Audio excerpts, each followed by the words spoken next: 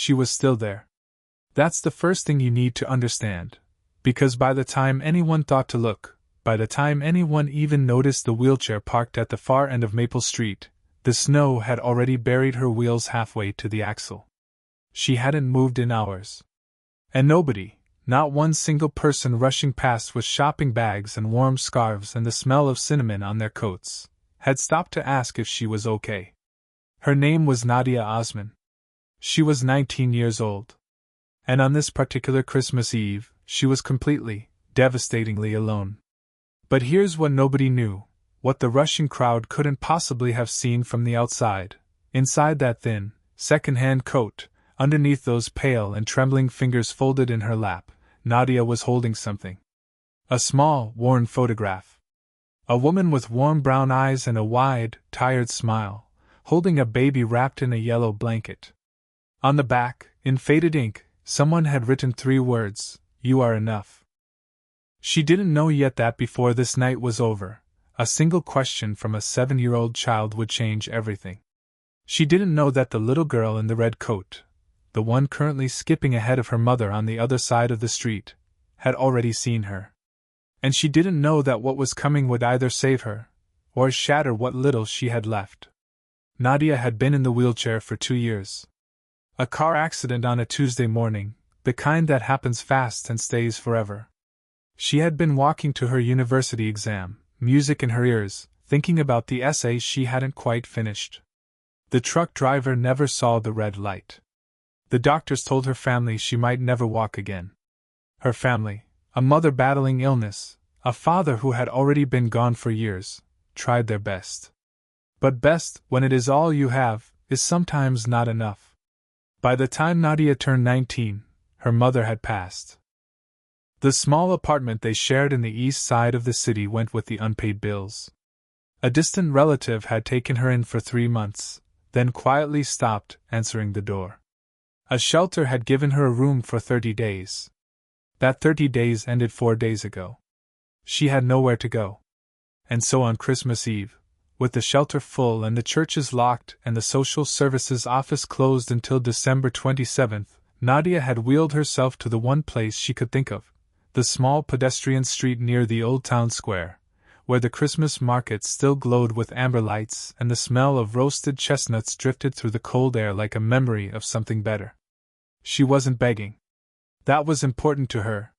She had a small cardboard sign propped against her wheel that said simply, "Merry Christmas. God bless you." No cup. No outstretched hand. Just a young woman in a wheelchair, watching the world celebrate without her, holding the only photograph she had left of her mother, trying to remember what warmth felt like. People walked past. Most didn't look. A few did, and quickly looked away, the particular look of people who feel guilty but are already late for dinner.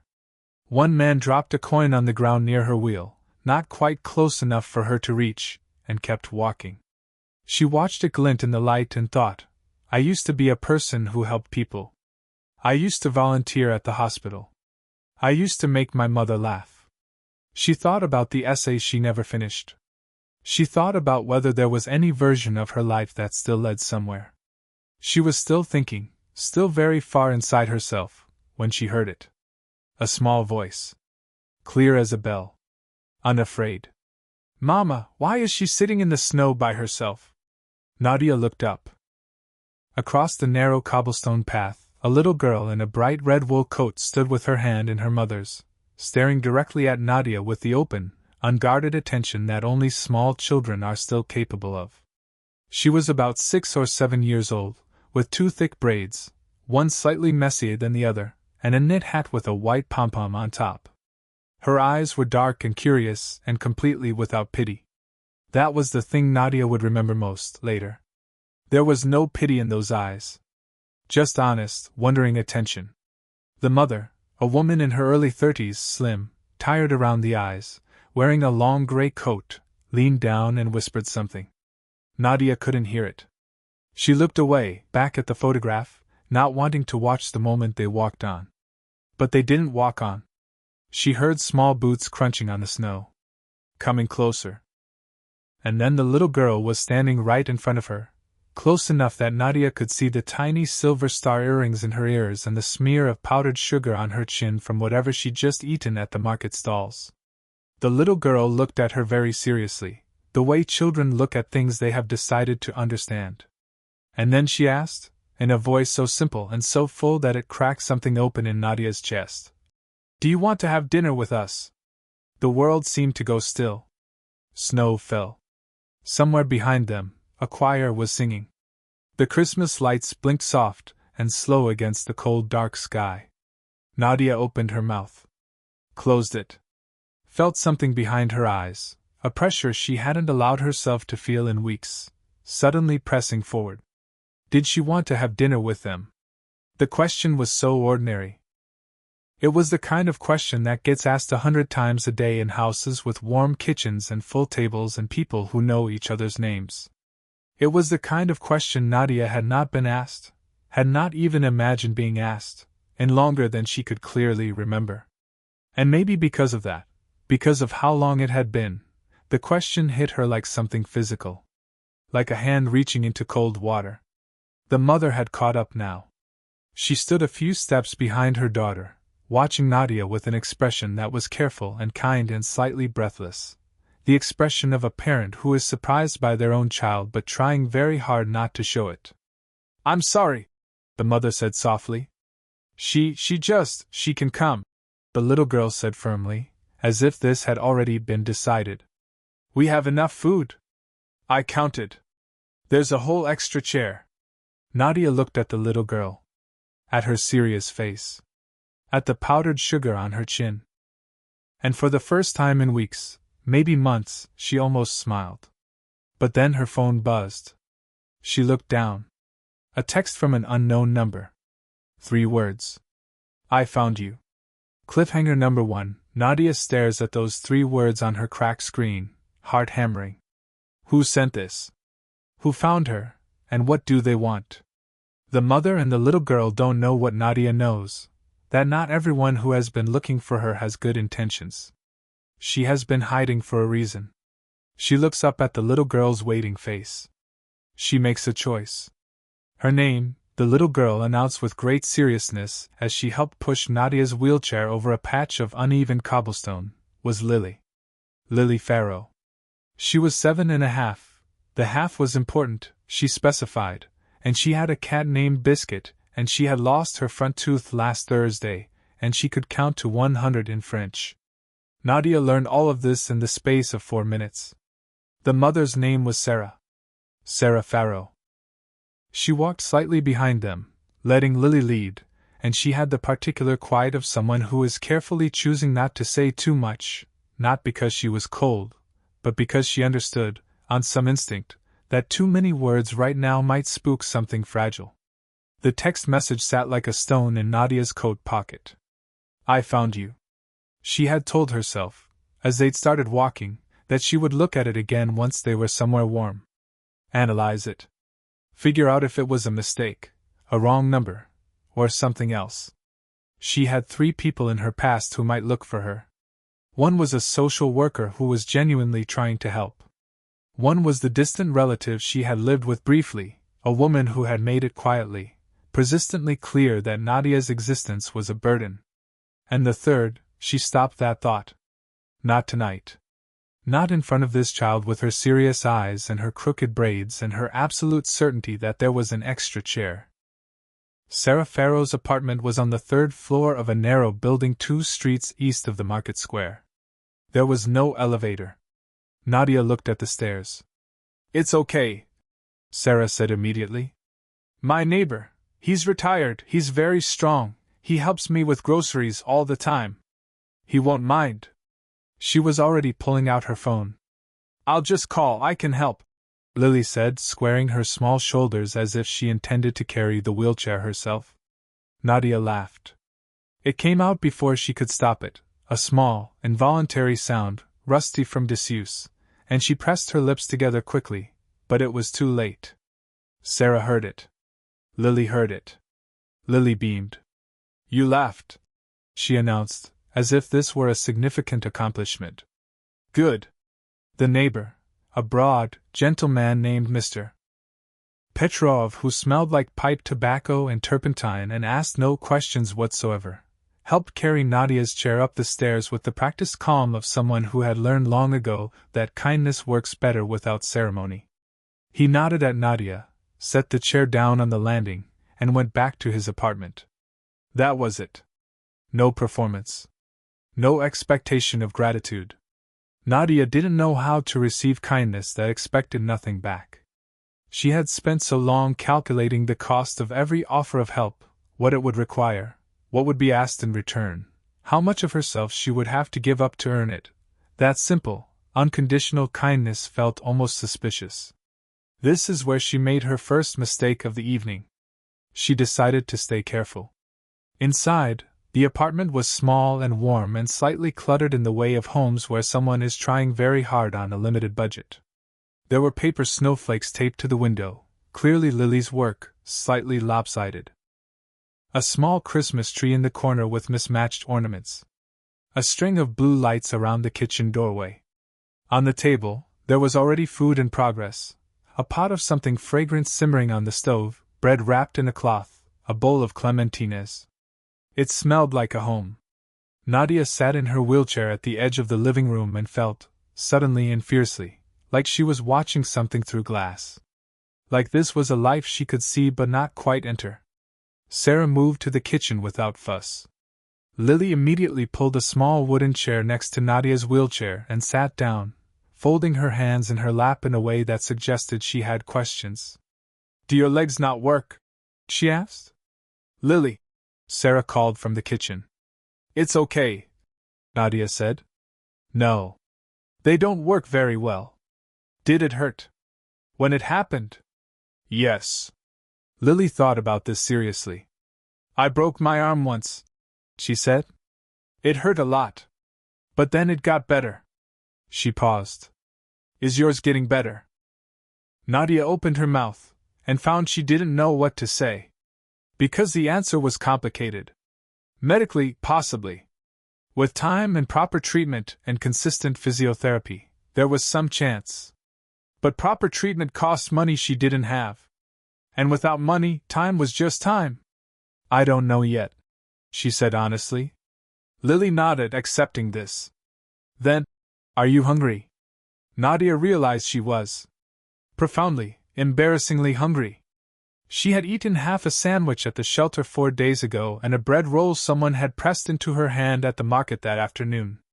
Her body had been running on cold air and stubbornness. "Yes," she admitted. "Good," Lily said, standing with purpose. "I'll tell Mama." Left alone for a moment, Nadia looked around the room. Her eyes caught a framed photograph on the shelf near the tree. Sarah and Lily, a few years younger, standing in front of a hospital entrance. Sarah in a paper gown, thin and pale, smiling fiercely. Lily, barely 4, holding a drawing she'd made, a rough crayon figure next to a taller figure, both in green. Underneath it, someone had written, "Day 200. We made it." Nadia stared at it for a long time. She thought, she's been through something too. She thought, that's why she didn't walk away. Then her phone buzzed again. Same unknown number. "Don't be afraid. It's about your mother." The room seemed to tilt. Her mother had been dead for 8 months. What about her mother? She was still staring at the screen when Lily came back with a small bowl of clementines. "Mama says dinner is 20 minutes, she reported. Then she looked at Nadia's face. "Are you okay? You look scared." Nadia looked at her. At this 7-year-old child with sugar on her chin and mismatched braids and complete, earnest attention. "I'm okay," she said. I got a message from someone. Someone I don't know." Lily considered this. "Is it good news or bad news?" "I don't know yet." Lily sat back down in her small chair. "Mama says," she said carefully, "that sometimes things that feel scary are actually good things that just look scary because you're not used to them yet." She thought about it. "Like the dentist." Nadia looked at her for a moment. Then she said, "Your mama is pretty smart." "I know," Lily said. "She's also a good cook." But don't tell her I said that because she says I never finish my vegetables. This time when Nadia laughed, it lasted longer. And she didn't press her lips together to stop it. Cliffhanger number 2. As they sit down to dinner, someone knocks on the apartment door. Sarah opens it, and goes completely still.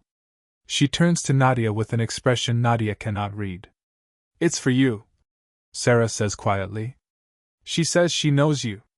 A woman is standing in the doorway. A woman Nadia has never seen before. But she is holding something, a small yellow blanket, that Nadia has only ever seen in one photograph. The photograph in her pocket. The one of her mother. The woman in the doorway was perhaps 55. She was not tall, but she stood with the particular stillness of someone who has rehearsed this moment many times, someone who has imagined it, dreaded it, hoped for it, and arrived anyway. Her coat was plain dark blue. Her hair, silver-streaked, cut practical and short, was dusted with melting snow.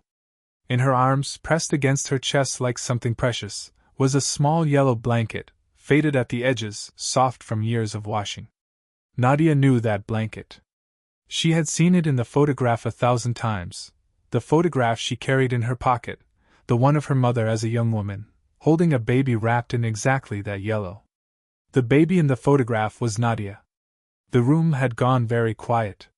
Sarah stood at the door, one hand still on the handle, looking between the woman and Nadia with careful, uncertain eyes. Lily had appeared at Sarah's elbow, sensing something significant in the air the way children always do, and had gone silent, which was, Nadia had already come to understand, not a thing Lily did often. "Who are you?" Nadia said. Her voice came out steadier than she expected. The woman's eyes, dark brown, slightly wet at the edges, moved to Nadia's face. And something in them broke open, just a little, like a door that has been stuck for a long time finally giving way. "My name is Fatima," the woman said. "I was your mother's oldest friend. I've been looking for you since July." The room breathed. "She wrote to me," Fatima continued. Before the end. She asked me to find you. She gave me this." She held out the yellow blanket. Her hands were trembling, just slightly. "She said you would know what it meant." Nadia did not move. She was aware of her own heartbeat, loud, insistent, and of Lily's small hand, which had somehow found its way to her armrest, resting there lightly, a quiet weight like ballast. "She wrote to me before the end."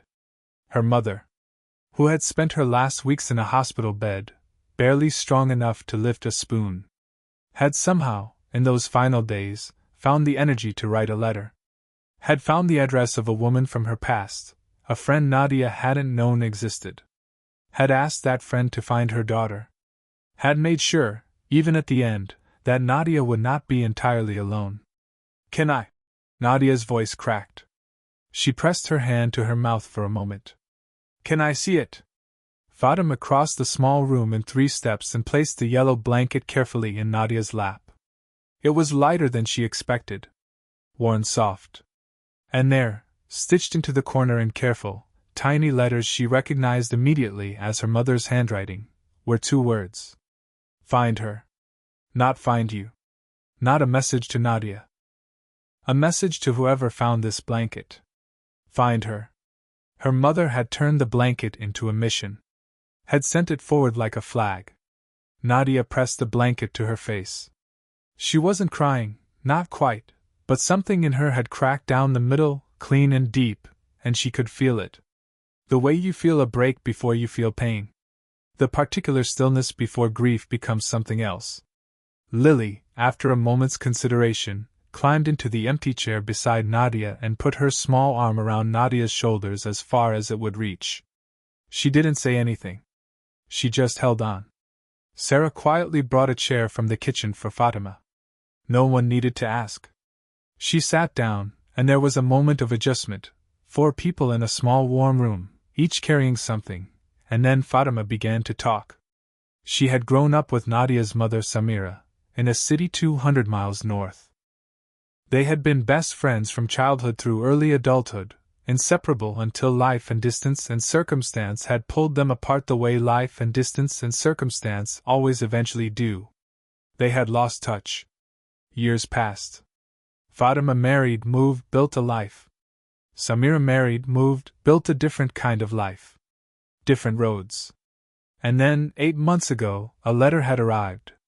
Fatima reached into her coat pocket and withdrew a folded envelope. She held it out to Nadia. "She wrote this for you," she said quietly.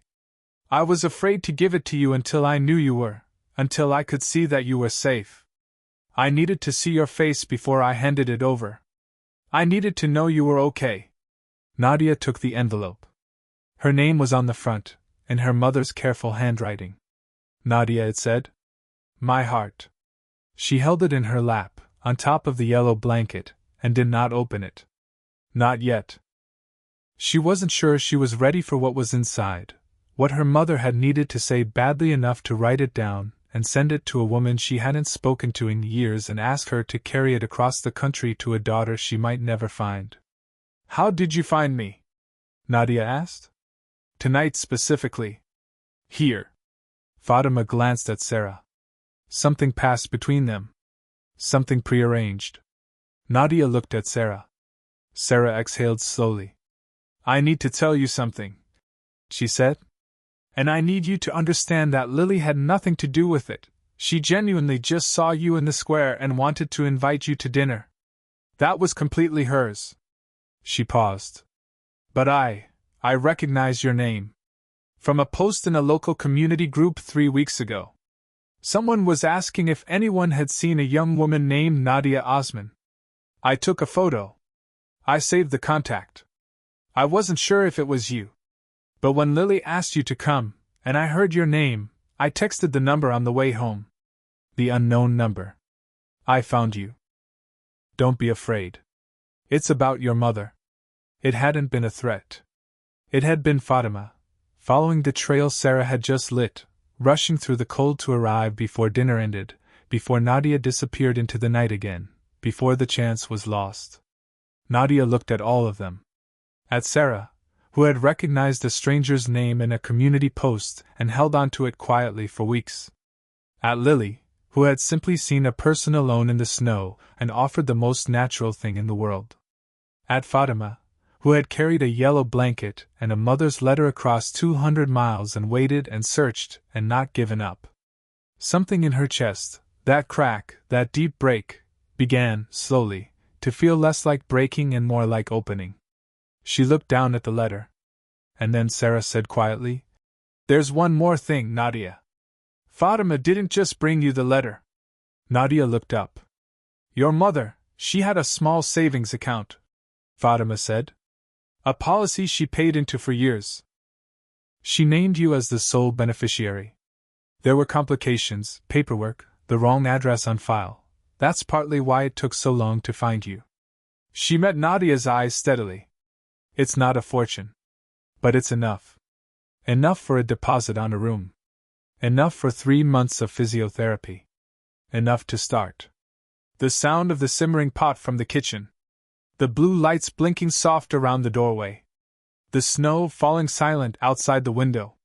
Nadia thought about her mother, lying in a hospital bed, spending her last days not on fear or grief, but on planning. On making sure. On setting up the small stones of a path that her daughter could follow forward. She thought, "You were always looking after me. Even then. Even at the end." She pressed the yellow blanket to her chest and finally, let herself cry. She opened the letter after dinner. Sarah had placed the food on the table as if the evening hadn't just turned entirely inside out, as if Fatima's arrival and the yellow blanket and the news about the savings account were simply things that had happened, and now it was time to eat, and everything else could wait until people had been warm and fed. There was something deeply practical in this that Nadia found more comforting than she could explain.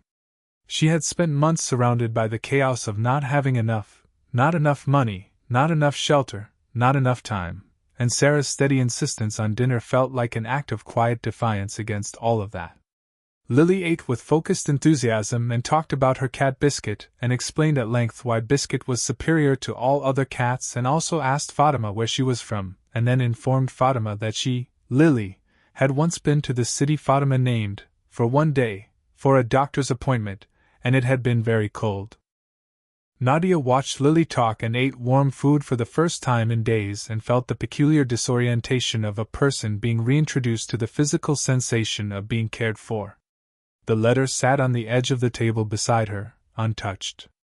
After dinner, after Lily had been convinced, through extended negotiation, to have a bath and get into pajamas before returning to sit with the adults, Sarah made tea. Fatima wrapped her hands around her mug and did not rush. They sat in the soft blue light of the apartment, 4 people and 1 yellow blanket, and there was a stillness that felt, not like the stillness of emptiness, but like the stillness of things settling. "You don't have to read it tonight," Fatima said gently. "I know," Nadia said. "I want to."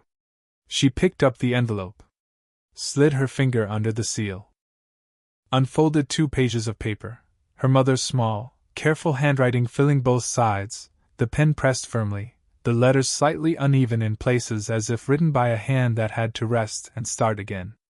She read it silently. Sarah and Fatima and Lily, freshly bathed in striped pajamas and smelling of soap, waited.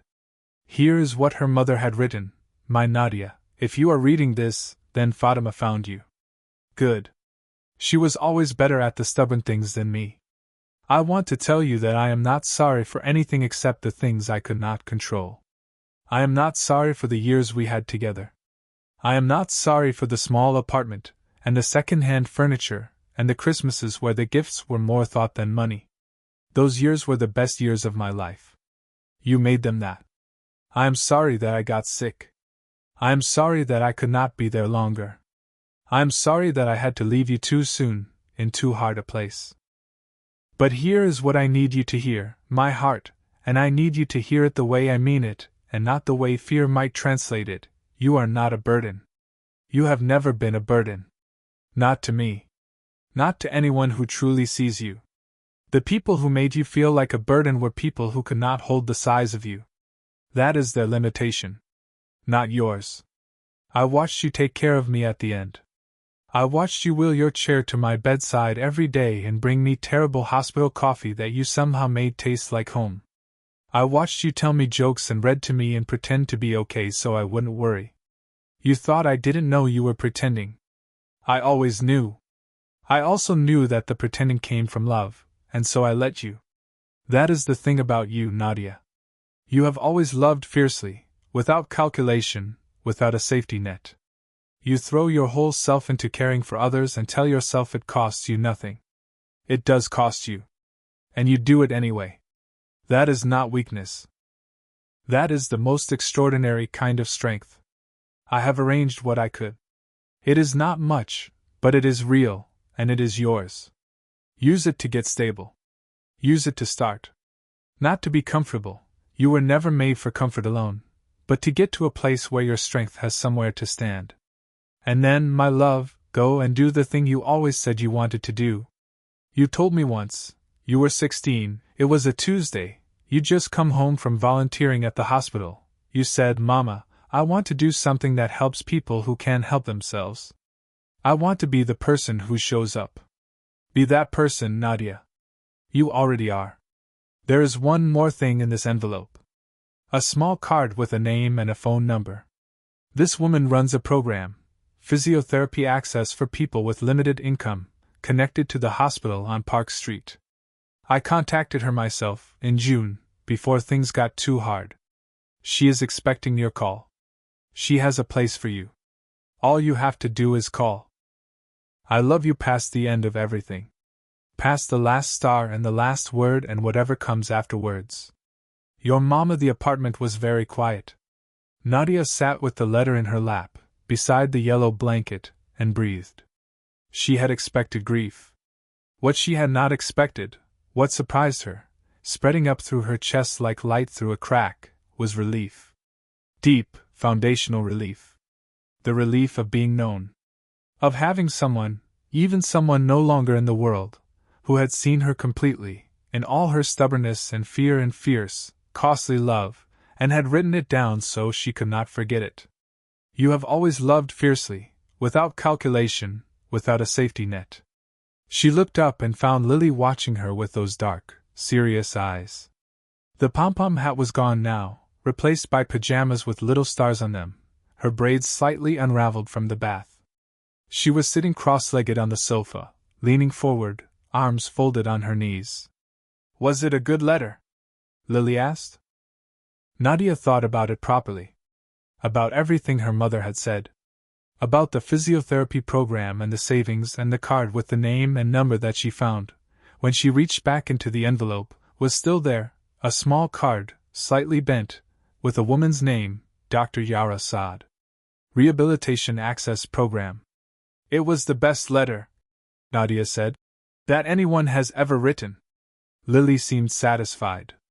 She slid off the sofa and walked over to Nadia and leaned against her armrest with the comfortable ease of a child who has decided someone is trustworthy. My mama wrote me a letter too, she said matter-of-factly. When she was sick. She kept it in a box. She said it was for if. She stopped. Reconsidered. She said she hoped I'd never need it. Nadia looked at Sarah. Sarah's expression was the particular careful expression of a mother who is listening to her child speak about something enormous and is holding very, very still. But she got better, Lily said. So I haven't needed it. She looked up at Nadia. Maybe your mama wrote hers because she knew you'd need it. Because she knew you better than you knew yourself. Nadia stared at this 7-year-old child in star pajamas who had, over the course of one Christmas Eve, fed her and warmed her and held her and now, with the total unerring accuracy of the very young, said precisely the truest thing. Yes, Nadia said quietly. I think that's exactly right. She reached into the envelope one more time and found the card. She held it between her fingers. Dr. Yara Saad. A name she would call tomorrow morning, Christmas morning, and it would change the direction of everything. But she didn't know that yet. She only knew the card was warm from the envelope, and that the letter was real, and that there was a small girl leaning against her arm, and that outside the window the snow was falling soft and slow over the city, covering everything equally. Christmas morning arrived pale and white and absolutely still.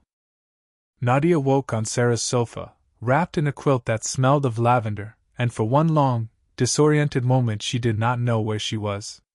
She lay still and listened, the quiet sound of a sleeping apartment, snow light through the curtains, the distant sound of church bells from somewhere across the city. She looked at the Christmas tree in the corner with its mismatched ornaments, and its string of lights still blinking, someone having forgotten to turn them off.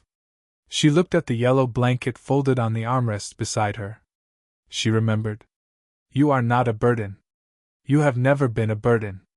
She lay there for a while, in the warm quiet, and let herself exist in it.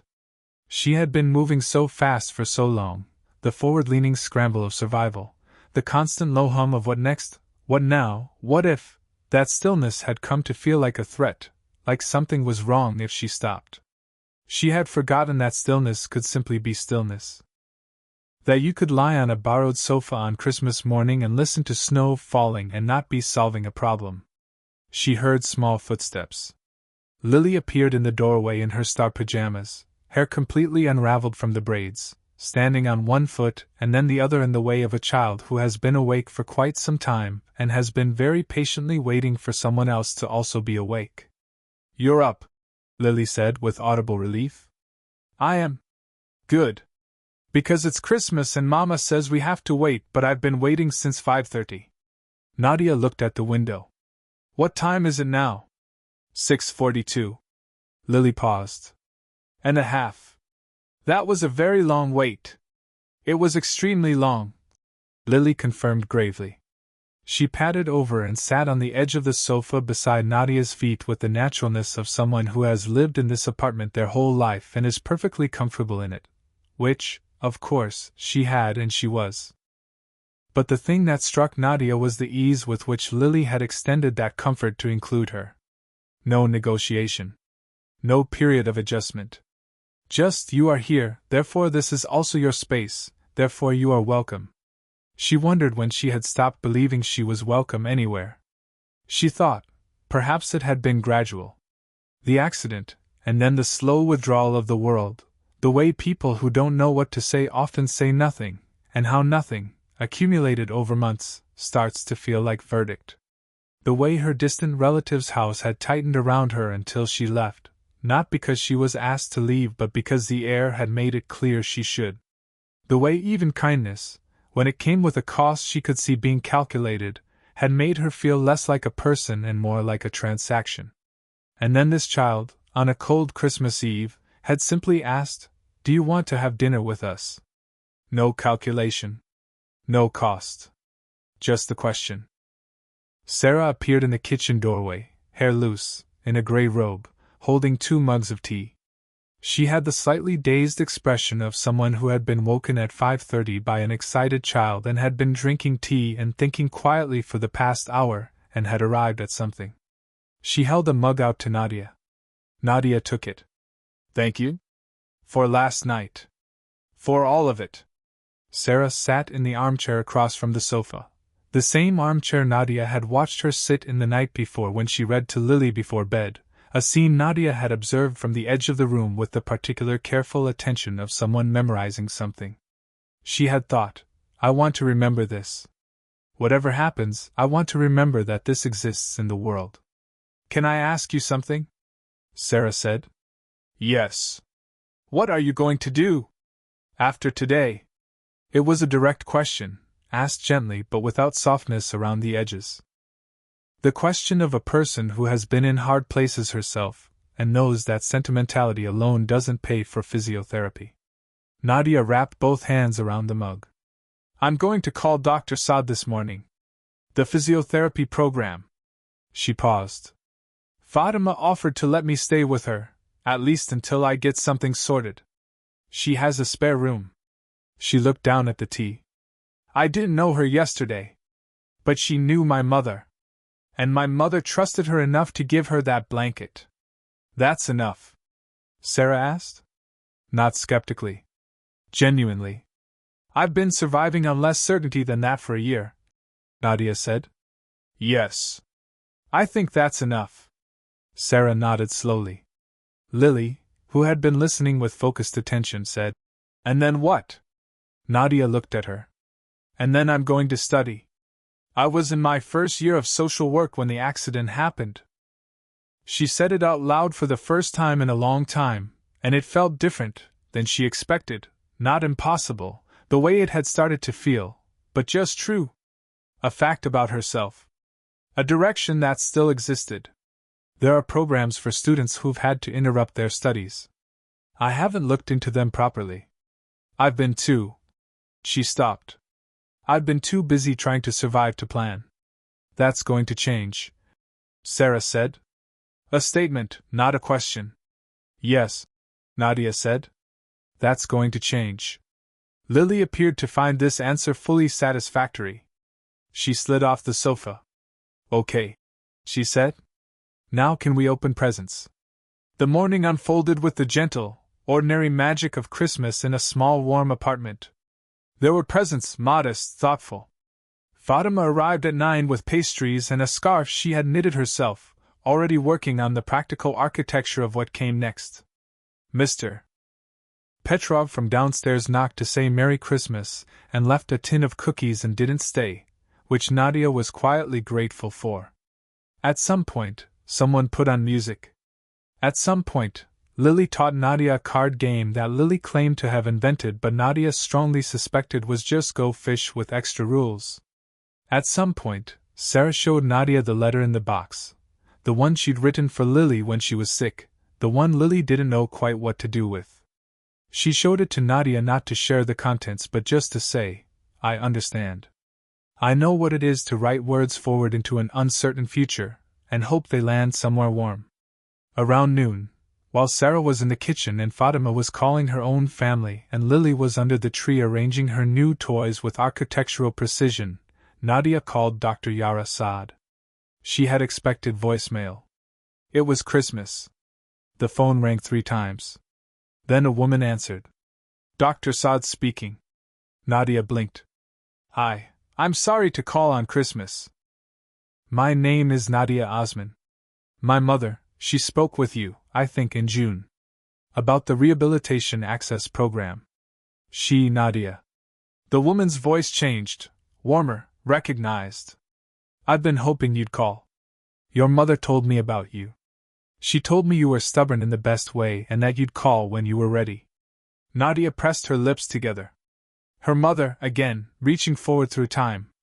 I'm ready, she said. Good, said Dr. Saad. Then we have a lot to talk about. But first, Merry Christmas, Nadia. After she hung up, she sat for a moment with the phone in her lap. She thought about the essays she never finished. She thought about the hospital where she had volunteered at 17, bringing books and bad jokes to patients who needed company. She thought about her mother's handwriting, be the person who shows up, and she thought about Lily, standing in the Christmas market snow with powdered sugar on her chin, asking the most ordinary question in the world. She looked across the room. Lily had looked up from her toys and was watching Nadia with those dark, attentive eyes. Good phone call? Lily asked. Yes, Nadia said. A very good phone call. Lily smiled, wide, unself-conscious, the smile of a child who does not yet know how to make her joy small. I knew it would be, she said. I prayed for you. Last night before bed. Mama helped me. Nadia felt it then, the full weight and the full lightness of it simultaneously. The loss that had brought her to the Christmas market square. The accident that had changed the shape of her life. Her mother's hands still working on her behalf from beyond the end. Fatima with her yellow blanket. Sarah with her careful eyes and her quiet steadiness. Lily who had simply looked across the street and seen a person. Seen her. Not a wheelchair. Not a problem. Not an inconvenience. A person. That was all it had taken. One child who still had the gift of looking directly at things. The world changed for Nadia Osman not with a great dramatic event but with a question, small, warm, absolute, that had opened a door she had stopped believing still existed for her. Do you want to have dinner with us? Yes. As it turned out, she did. She had been hungry for a very long time, and not just for food. If this story moved you, if it reminded you of the extraordinary power of one small act of kindness, please give this video a like and subscribe to the channel. Your support helps these stories reach the people who need them most. And to anyone out there feeling like the girl in the wheelchair, invisible in the snow, someone is about to ask you to dinner. Hold on.